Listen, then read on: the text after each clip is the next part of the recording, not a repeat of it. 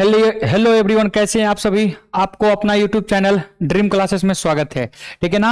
देखिए, हम क्या किए थे, आज हम ज्योग्राफी का सेक्शन को लेकर के आगे बढ़ाते हैं। क्या करते हैं, ज्योग्राफी का सेक्शन को लेकर आगे बढ़ाते हैं, जिसमें हम ज्योग्राफी में नदी में क्या किए थे, नदी में हम एक गंगा रिवर को देख लिए थे।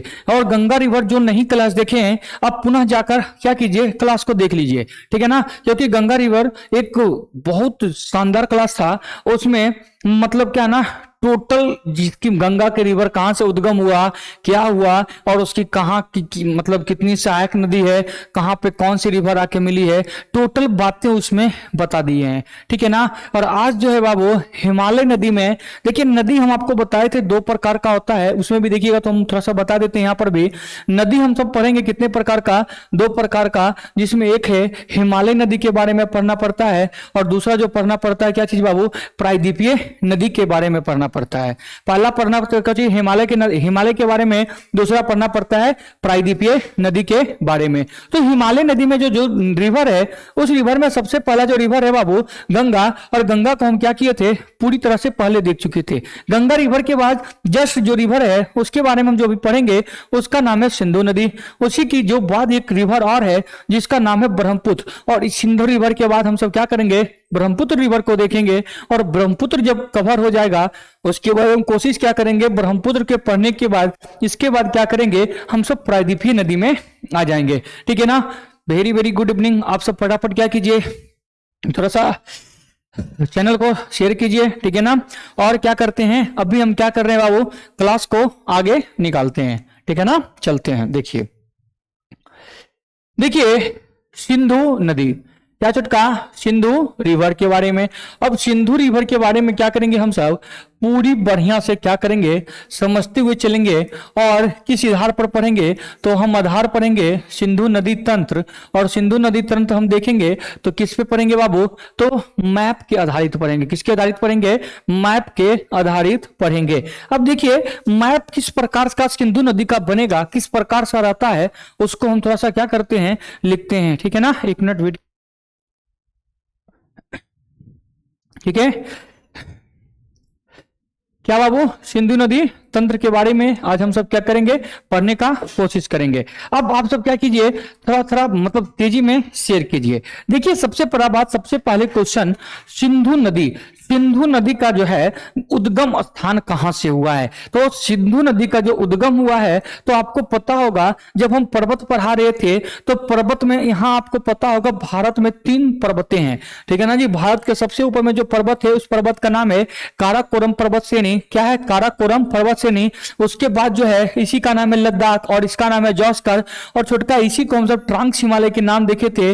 और यहां पर छोटका एक फिर पर्वत है, जिस पर्वत का नाम है कैलाश पर्वत। क्या है बाबू, कैलाश पर्वत। और कैलाश पर्वत से ही छुटके 3 प्रमुख नदी निकला है। कैलाश पर्वत से कितने नदी, 3 नदी निकला है, जिसमें सबसे पहला हम सब देखेंगे सिंधु के बारे में। सिंधु के जस्ट बारे हम सब देखेंगे, ब्रह्मपुत्र यहीं से निकला है, कैलाश पर्वत श्रेणी से ही निकला है। और दूसरा जो एक और जो है, तीसरा नंबर पर जो है, उसका नाम है सतलज। ठीक है ना। और अभी हम क्या करेंगे, एक एक बातें लेके चलेंगे, कहां से उद्गम हुआ, किसकी सहायक क्या है, टोटल बातें लेकर के चलेंगे। ठीक है ना। और हम स्टार्ट करने से पहले क्या करते हैं, थोड़ा सा आप सब क्या कीजिए, फटाफट शेयर कीजिए। ठीक है, और हम सब क्या करेंगे, इसको देखेंगे। ठीक है ना। तो देखिए, तिब्बत में एक पर्वत है, जिस पर्वत का नाम है, उस पर्वत का नाम है कैलाश पर्वत। और कैलाश पर्वत के पास ही छुटका एक झील है, जिस झील का नाम है रामसरोवर झील। और वहीं पर एक जगह है, जिस जगह का नाम है सानो ख्यावा। क्या छुटका, सानो ख्यावा। और यहां से क्या होता है, यहां से सिंध रिवर का क्या होता है बाबू, उद्गम स्थान स्टार्ट हो जाता है। सिंध नदी यहां से इस प्रकार से निकलते हुए ये जाती है, और यहां क्या हुआ, अरब सागर में प्रवाहित हो जाती है। क्या होता है जी, यह अरब सागर में क्या होता है, प्रवाहित हो जाती है। ठीक है ना। क्या होता है भाई, अरब सागर में यह प्रवाहित हो जाती है। ठीक है, इसको मिटाते हैं एक बार और समझने, क्योंकि देखिए इसकी सहायक नदी जो है बाएं और दाएं दोनों तरफ का होगा। और उसको थोड़ा सा देखिए, यहां पर जो हम क्या बोले बाबू, यहां पर है सानो ख्यावा। जिस जगह का नाम है, जहां से सिंधु नदी का उद्गम होता है, उस जगह का नाम है सानो ख्यावा। अब देखिए यहां से जब सियानो ख्याबा हुआ और सियानो ख्याबा से क्या हुआ बाबू, यहां से सिंध रिवर क्या होता है निकलते हुए ये कहां जाके गिर जाती है, तो यह अरब सागर में गिर जाता है। अरब सागर में, कहां बाबू, अरब सागर में जाकर यह क्या होता है प्रवाहित हो जाता है। अब देखिए मेरी बात बताइए, यहाँ पर कुछ बेसिक चीजें पूछेगा आपको एग्जाम में, जैसे सिंध नदी की कुल लंबाई कितनी है, तो सिंध नदी की कुल लंबाई यहाँ पर नोट कीजिएगा, सिंध नदी की कुल लंबाई 2880 है। सिंध नदी की कुल लंबाई कितना है 2880 है। लेकिन यह जो भारत में कितना प्रवाहित होता है, तो यह 1054 के मात्र 1054 किलोमीटर ही यह प्रवाहित होता है। लेकिन अगर जो तुमसे पूछेगा सिंध नदी की कुल लंबाई, तो सिंध नदी की जो कुल लंबाई है बाबू, तो सिंध नदी की कुल लंबाई कितना है 1080। अब यहां पर बात समझिए, यह सियानो ख्याबा से यहां से निकला, सियानो ख्याबा से कौन सा नदी का उद्गम हुआ, तो उद्गम होता है बाबू सिंध नदी का। और सिंध नदी क्या होता है आगे जाती है, और आपको पता होगा इंडिया का मैप आप देखिए इस प्रकार से है, इस प्रकार से ऐसे उठा और इस प्रकार से बाबू इस प्रकार से इस ढंग से है। तो देखिए एक बात हमको बताइए, यहाँ ये लद्दाख वाला एरिया है, क्या है छोटका, लद्दाख वाला एरिया है, और जहां इस लद्दाख से यह एंट्री मारता है कहां, यह भारत में जब एंट्री मारती है सिंध नदी, तो उस जगह का नाम है बाबू, उस जगह का नाम है दम चौक। क्या है जी, दम चौक, दम चौक। एक बात और सुनिए, ये सिंध नदी कहां से भारत में एंट्री मारता है, तो उस जगह का नाम बाबू क्या है, तो उस जगह का नाम है दम चौक। क्या है जी, जहां से भारत में वह एंट्री मारती है उस जगह का नाम है दम चौक। उसके बाद देखिए इस बार यहां से देखिए, यहां से देखिएगा आप सब, यहां से क्या होता है, यह जम्मू कश्मीर के पास से यह निकल रहा है, क्या भाई यहां से निकल रहा है, तो इस जगह का नाम है चिल्लास। क्या है जी, चिल्लास। देखिए जहां से सिंध नदी भारत में एंट्री मारी उस जगह का नाम है दम चौक। भारत में जहां से सिंध नदी एंट्री मारी उस जगह का नाम है दम चौक, और वह जहां से निकल गया उस जगह का नाम है, भारत से जहां से वो निकल गई उसका नाम है चिल्लास। क्या झटका, उसका नाम क्या है, चिल्लास है। ठीक है ना, अब बातें को आप सब समझ गए होंगे। तो ये हम क्या करते हैं, इसको मिटा देते हैं, इंडिया को क्या करते हैं बाबू, जो ऊपर में पढ़े हैं उसको मिटा देते हैं। और आप सबों से रिक्वेस्ट है कि आप सब भी क्या कीजिएगा, यह खुद से बनाने का कोशिश कीजिएगा। क्या कीजिएगा बाबू, यह खुद से बनाने का कोशिश कीजिएगा, क्योंकि खुद से बना हुआ मैप वो ज्यादा बेस्ट रहता है। ठीक है ना।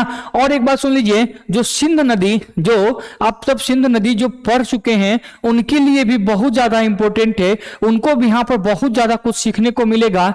और दूसरी बात है क्या, जो नहीं पढ़े हुए हैं उनको तो खैर जो होगा फायदा बहुत ज्यादा होगा, और लगेगा कि दोबारा फिर हमको क्या है, सिंध नदी पढ़ने की आपको आवश्यकता नहीं पड़ेगी। ठीक है ना बाबू, सिंध नदी की आवश्यकता आपको फिर दोबारा पढ़ने की, क्लास करने की आवश्यकता नहीं होगी। आपको पूरी बातें क्या होगा यहीं पे समझ आ जाएगा। ठीक है ना, चलते हैं यहाँ देखते हैं। यहाँ पर देखिए बाबू, दम ये सिंध नदी कहां से रिवर निकली, तो सिंध नदी जो निकली उसका नाम था सियानो ख्याबा, यह तिब्बत में है। और यह जो भारत में जहां एंट्री मारा, यहां पर देखिए भारत में क्या होता है जी, यह एंट्री घुस रहा है, उस जगह का नाम है बाबू दम चौक।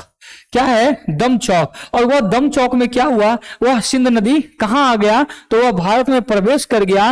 और वह कहां से भारत से निकल जाता है, तो जहां से निकलता है जी उस जगह का नाम है चिल्लास। क्या है जी, चिल्लास। पहला बात क्या देखिए, जहां से एंट्री मारा उस जगह का नाम है दम चौक, और जहां से वो निकल गया उसका नाम है चिल्लास। ठीक है ना। अब देखिए सिंध की एक सहायक नदी है, सिंध की एक सहायक नदी है जिस नदी का नाम है श्लोक रिवर। क्या रिवर है जी, श्लोक नदी। श्लोक नदी तुमसे पूछेगा सिंध की सहायक कौन सी रिवर है, तो सिंध की सहायक बाबू श्लोक है। एक बात और ब्रेक लगाइएगा, तुमसे यह भी पूछ सकता है कि यह दाएं से है या बाएं से है। जो लोग दाएं बाएं नहीं समझते हैं वो छोटा सा बात को समझिए, जिधर नदी प्रवाहित हो रहा है, जिधर नदी प्रवाहित हो रहा है उधर महसूस कीजिए आप कि उधर हम क्या कर रहे हैं जी, तैरने का कोशिश कर रहे हैं। क्या कर रहे हैं बाबू, तैरने का कोशिश कर रहे हैं। नदी में क्या हो रहे हैं जी, हम तैर रहे हैं। तो जिस प्रकार जैसे सपोर्ट इधर बह रहा है तो इधर हम मुंडी मुंडी घुरा कर क्या करेंगे, तैरने का कोशिश करेंगे। ठीक है ना जी। अब देखो यह छोटका जब ऊपर जा रहा है तो ये राइट हैंड मेरा, तो नदी का भी क्या है जी, यह दाई है। ठीक है ना। तुमसे यह होगा, यह यहां पर क्वेश्चन बनेगा, जो श्लोक है वह जो है, जो श्लोक है यह सिंध की दाएं सहायक नदी है। कहां कहा हुआ, दाएं सहायक रिवर है। ठीक है ना जी। श्लोक किसकी है, तो श्लोक दाएं सहायक है। ठीक है। सिंध की सहायक सबसे पहले हम सब देखे, जिसका नाम है श्लोक रिवर। यहां से श्लोक की जो सहायक नदी है, श्लोक की जो सहायक नदी है, उस रिवर का नाम है बाबू नुब्रा। फिर तो सुनिएगा, यहां पर दो चीज देखें। सबसे पहले हम क्या देखें, जो सिंध नदी जहां से एंट्री मारता है उस जगह का नाम है, जी जहां मानता है उस जगह का नाम है दम चौक। उसके बाद वो जहां से निकल जाता है भारत से, उस जगह का नाम है चिल्लास। और श्लोक जो है, श्लोक यह इसकी दाएं सहायक है। सिंध की दाएं सहायक का नाम क्या है, तो सिंध की दाएं सहायक नदी का नाम है, इसका नाम क्या हुआ है, श्लोक रिवर। अब देखिए श्लोक की जो सहायक है, श्लोक रिवर की जो सहायक नदी है, उसी का नाम जो है यहाँ बाबू, उसका नाम है नुब्रा। अब तुमसे यह भी पूछ सकता है नुब्रा किसकी सहायक रिवर है, तो नुब्रा नोट कीजिएगा, नुब्रा जो है बाबू श्लोक की सहायक नदी है। तुमसे यह भी पूछ सकता है यह नुब्रा रिवर कहां से निकलती है, तो यह भी सुन लीजिए, नुब्रा जो है वह सियाचिन ग्लेशियर से निकलता है। ये नुब्रा कहां से निकलता है, तो नुब्रा सियाचिन ग्लेशियर से। कहां से बाबू, सियाचिन ग्लेशियर। देखिए सियाचिन ग्लेशियर के बारे में हम बताए थे, यह एक ग्लेशियर कहां पर है छोटका, तो यह काराकोरम पर है, और यह भारत का नहीं, भारत का सबसे ऊंचा ग्लेशियर है। ठीक है ना। यहां पर बातें को समझ में आ गई होगी। अब देखिए जैसे ही यह आगे बढ़ता है, ठीक है ना जी, जैसे ही यह आगे बढ़ता है तो यहां पर सबसे पहला हो गया श्लोक। श्लोक के बाद ही छोटका इधर से ही दाएं जो इसका है, इसी की दाएं जो सहायक है उसका नाम है गिलगित। गिलगित क्या समझ पा रहे बाबू, गिलगित। फिर से देखिए, पहला सहायक जो है सिंध की जो सहायक नदी है उसका नाम है श्लोक, दूसरा का जो नाम है बाबू उसका नाम है क्या, गिलगित। पहला का नाम जो है उसका नाम है क्या, श्लोक, दूसरा क्या है, गिलगित। ये चिल्लास क्या है, तो चिल्लास भारत से जहां से निकल रहा है, यहां से भारत से निकलकर कहां एंट्री मारा जी, तो यह पाकिस्तान में चला गया, पाकिस्तान में चला गया। उसी को कहां से बाहर निकल गया सिंध नदी भारत से, तो वह चिल्लास से निकल जाता है। कहां से निकल जाता है वो, चिल्लास से निकल जाता है। अब यहीं पर एक और रिवर आके मिलती है, जिस रिवर का नाम है काबुल। क्या है बाबू, काबुल। फिर से देखिए, पहला श्लोक रिवर, दूसरा गिलगित, तीसरा काबुल। अब देखिए काबुल की यह जो है, काबुल की यह बाएं सहायक जो है, इसका नाम है बाबू स्वागत। क्या नाम है जी, स्वागत। और तुमसे पूछ सकता है स्वागत किसकी सहायक नदी है, तो स्वागत जो है बाबू वह काबुल की सहायक नदी है। और यह कहां आके मिलता है, तो यह बुआरे काबुल में आके मिलता है। और स्वागत और काबुल जहां मिलते हैं उसको हम सब क्या कहते हैं, स्वागत घाट के नाम से जानते हैं। और स्वागत घाट को छोटका पाकिस्तान का, इसी को क्या कहा जाता है, पाकिस्तान का स्वर्ग कहा जाता है। पाकिस्तान का स्वर्ग किसे कहते हैं छोटका, तो पाकिस्तान का स्वर्ग इसे ही कहते हैं। पाकिस्तान का स्वर्ग किसे कहते हैं, तो स्वागत घाट को कहते हैं। ठीक है ना। यहां तक बातें समझ में आ रहा होगा, तो आप सब क्या कीजिए, शेयर कीजिए और लाइक कीजिए। ठीक है ना। अब देखिए इधर से जो इसकी सहायक नदी है, इधर से जो इसकी सहायक नदी है, इसका नाम है बाबू कुर्रम। क्या नाम है जी, कुर्रम।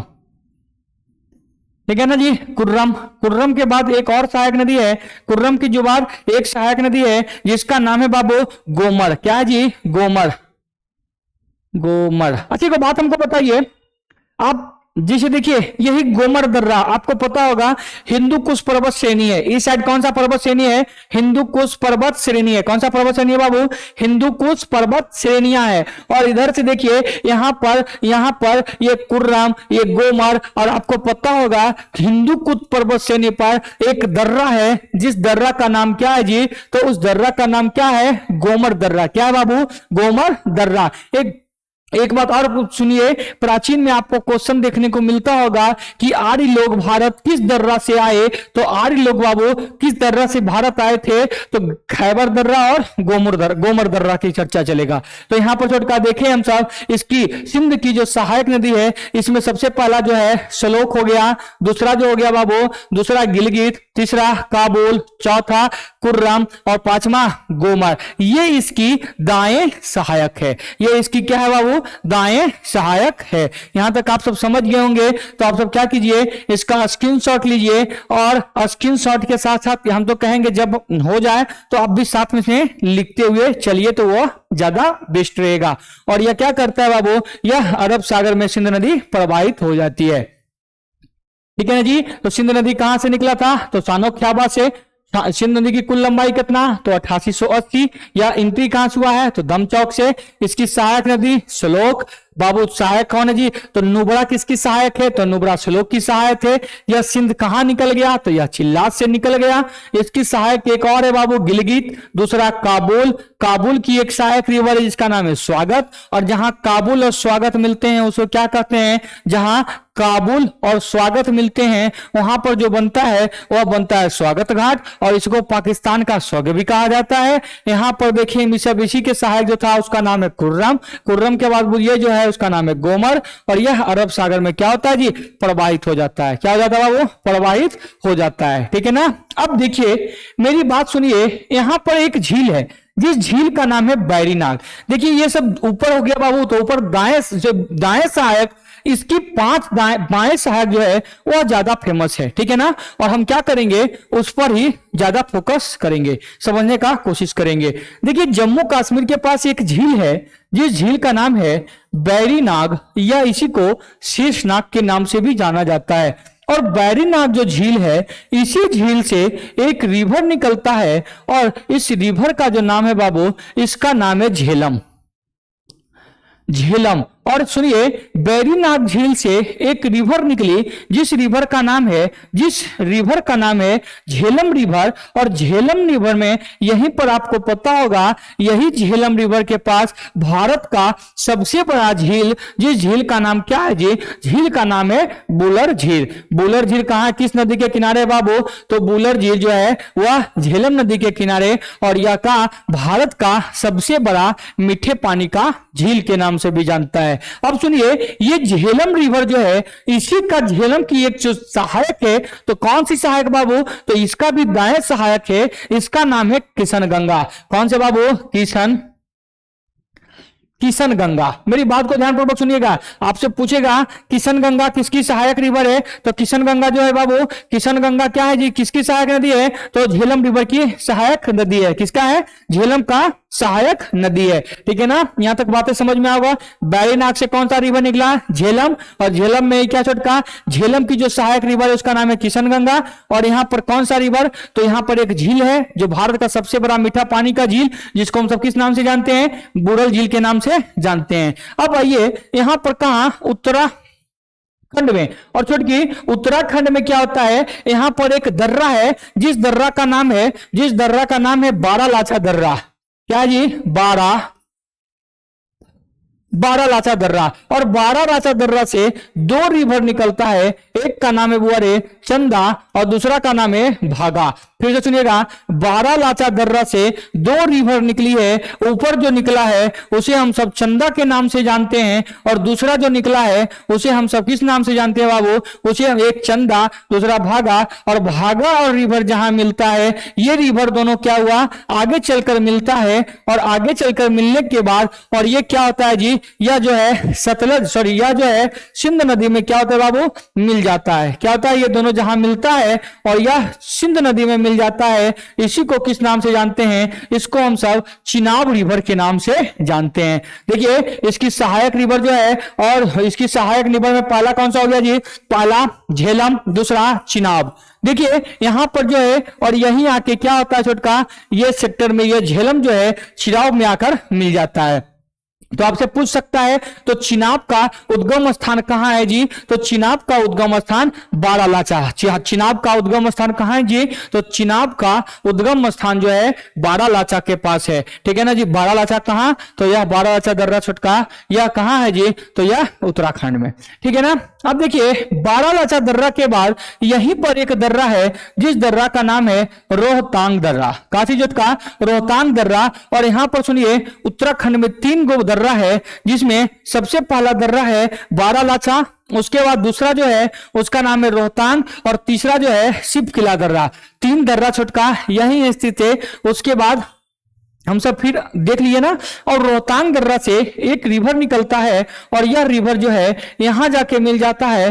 और यहां पर देखिए जो है जो रिवर है इस रिवर का नाम है बाबू यह हो गया झेलम, चिनाब और यही रिवर का नाम है रावी। ठीक है ना जी। क्या है का यह रावी। तो यहां हो गया रावी रिवर कहां से निकलता है? तो रावी रिवर रोहतांग दर्रा से निकलता है। रावी रिवर कहां से निकलता है बाबू? तो रावी रिवर रोहतांग दर्रा से प्रवाहित होकर यह भी किसमें मिल जाता है? तो यह भी चिनाब में मिल जाता है। कहां मिल जाता है जी? चिनाब में। यहां हम सब क्या देखे झेलम भी जो है वह चिनाब में मिल गया। यहां देखे रावी भी जो है यहां पर क्या हो गया बाबू? वह भी कहां मिल गया? तो वह भी चिनाब रिवर में मिल गया। ठीक है ना जी। यहां तक बातें समझ में आ रही होगी। ठीक है ना। यहां तक बातें आप क्या हो रहा होगा समझ में आ रहा होगा। और यहीं पर रोहतांग दर्रा के जस्ट बगल में ही एक कुंड है जिस कुंड का नाम है बाबू उसका नाम है ब्यास कुंड। कौन सा कुंड है जी? ब्यास कुंड। और ब्यास कुंड से एक रिवर निकलता है। ठीक है ना। ये क्या होता है जब ब्यास कुंड से जो रिवर निकला वह कहीं आके नहीं मिला, ना तो झेलम में मिला, ना चिनाब में मिला, ना रावी में मिला। अब छोटका यहीं पर एक रावी इसकी एक सहायक और है। जिस प्रकार से भी हम देखे सिंधु रिवर जो है सानो ख्याबा से निकला है। कहां से निकला छोटका? सानो ख्याबा से निकला है, तिब्बत से निकला है। यहीं पर तिब्बत में एक रिवर और निकलती है जिस रिवर का नाम है काची बाबू सतलज। और सतलज रिवर जो है कहां से निकलता है? तो वहीं पर जो है जिसका नाम है राकस ताल। क्या बाबू रे? कहां? तिब्बत में एक जगह है जिस जगह का नाम है राकस ताल। और राकस ताल से यह रिवर निकलते हुए सतलज ये कहां जाती है बाबू? यह डायरेक्ट कहां मिल गई? सिंध में मिल गई। ये डायरेक्ट कहां मिल जाती है? सिंध में मिल जाती है। यहां देखिए फिर से एक बार बना रहे हैं और ये दोनों यहां हो गया। ठीक है जी। यहां हो गया। अब देखिए ये दोनों ब्यास जो है सतलज से जहां मिला, ब्यास जो है सतलज से जहां मिला उस जगह का देखिए यहां पर देखिए मिला है ब्यास कुंड का। ब्यास जो है ब्यास रिवर जो है यहां पर देखिए बाबू कौन सा रिवर? यही हो गया ब्यास रिवर। यहां पर कौन सा रिवर? तो यह हो गया सतलज रिवर, सतलज नदी। अब देखिए ब्यास रिवर और सतलज नदी जहां मिलता है कहां मिलता है जी? तो पंजाब में मिलता है। और पंजाब में इसको हम सब किस नाम से जानते हैं? तो कपूरथला के नाम से जानते हैं। कहां पे मिलता है? तो पंजाब के कपूरथला में। कहां जी? पंजाब के कपूरथला में दोनों मिलता है। और यहीं पर एक बांध है जिस बांध का नाम है इंदिरा सागर बांध। क्या है बाबू? इंदिरा सागर बांध। इंदिरा सागर बांध। और इंदिरा सागर परियोजना इसी से क्या होता है छोटका? राजस्थान क्षेत्रों में क्या किया जाता है? पानी को निकाला जाता है। क्या किया जाता है छोटका? इसी पर क्या कहते हैं? पानी को निकाला जाता है। एक बार और नोट कीजिएगा यहीं पर कपूरथला ब्यास और सतलज नदी के किनारे ही भारत का दूसरा बांध जो है बाबू उसका क्या नाम हो जाएगा? तो भाखड़ा नांगर। क्या हो जाएगा छोटका? भाखड़ा नांगर बांध किस नदी पर है? तो यह सतलज रिवर के पास है। एक बार और सुन लीजिए भाखड़ा नांगर की ऊंचाई कितना? तो 226 मीटर। ठीक है ना जी। जो भारत की सबसे ऊंची बांध है, भारत की सबसे ऊंची बांध जो है उसका नाम क्या है जी? भारत की जो सबसे ऊंची बांध है उसका नाम है टिहरी बांध। जो किस नदी पर था? तो नदी जब पढ़ा रहे थे गंगा रिवर, तो गंगा रिवर में 2 रिवर आके मिली थी। एक का नाम था क्या चीज बाबू? भागीरथी, दूसरा भिलांगना। और जहां मिला था उस जगह पर नाम था क्या चीज? उस जगह पर जब 2 नदी जहां मिला था उसको क्या बोलते हैं? हम सब प्रयाग कहते हैं। और उसी पर एक प्रयाग था जिसका नाम था गोविंद प्रयाग। और गोविंद प्रयाग पर क्या हुआ था? एक रिवर आके मिली जिसकी ऊंचाई जो टिहरी बांध था, और टिहरी बांध की ऊंचाई 260.5। खैर ये तो पहले बता चुके हैं। ठीक है ना। जितनी बातें हैं यहाँ पर फिर से सुन लीजिए। ये छुटका ये आपका पूरा कवर हो गया, ठीक है ना। चलते हैं, सुनते हैं।